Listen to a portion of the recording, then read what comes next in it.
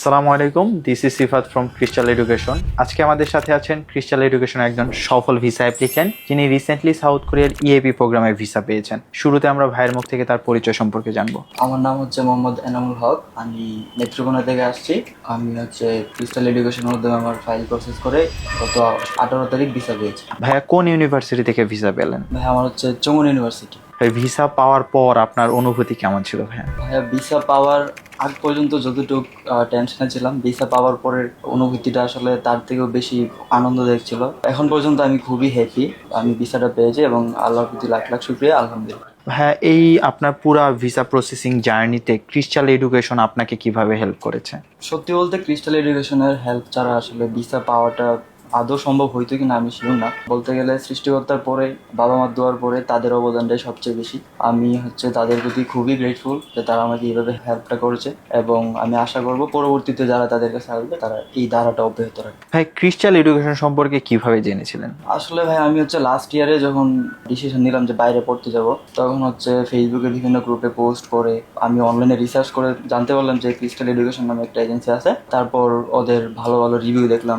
Even আমি ওদের মাধ্যমে যারা অলরেডি বাইরে চলে গেছে কোরিয়াতে, ওদের কাছ থেকে জানতে পারলাম যে ওরা অনেক ফেয়ার, ওরা অনেক ট্রাস্টেড। তারপর আমি একদিন নিজে এসে ভিজিট করলাম এবং ফাইল ওপেন করে কাজ শুরু করেছি। হ্যাঁ, উচ্চশিক্ষার জন্য এত দেশ থাকতে সাউথ কোরিয়াকে কেন বেছে নিলেন? First of all south Korea হচ্ছে সত্যি বলতে মিডিল ক্লাস ফ্যামিলিদের জন্য অ্যাফোর্ডেবল। আর সেকেন্ডলি হচ্ছে ওদের পড়াশোনার মান খুবই ভালো। আরেকটা বিষয় হচ্ছে যে ওই দেশটা অনেক সুন্দর, যেটা হচ্ছে খুবই ভালো লাগে। এগুলোই। ভাইয়া আপনার বাসা যেহেতু ময়মনসিংহ নেত্রকোনা, ওই দিকে আপনার ফ্রেন্ডস ফ্যামিলি কিংবা ওই এরিয়ার যারা হচ্ছে ভিসা প্রসেসিং করতে চায়, যারা উচ্চশিক্ষার জন্য দেশের বাইরে যেতে চায়, তাদেরকে আপনি সাউথ কোরিয়া বা হচ্ছে তাদেরকে ক্রিস্টাল এডুকেশন রেকমেন্ড করবেন কিনা?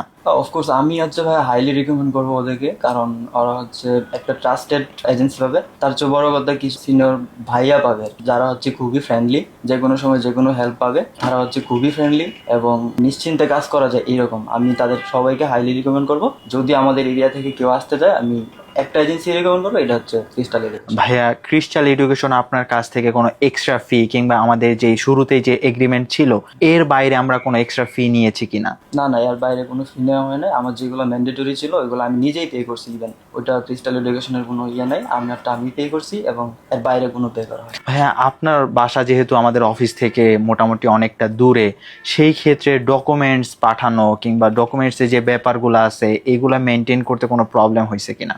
না না, এরকম কোনো প্রবলেম হয় নাই। কারণ আমি হচ্ছে ভাইয়ারা যখন জানাইছে যে তোমার এই ডকুমেন্টসটা লাগবে, আমি জাস্ট স্ক্যান করে পাঠিয়ে দিছি।